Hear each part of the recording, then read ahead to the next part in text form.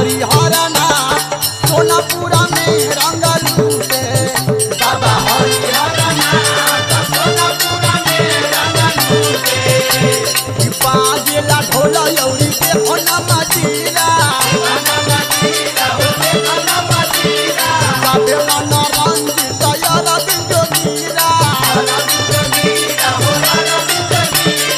बाजे लागी ढोल यौरी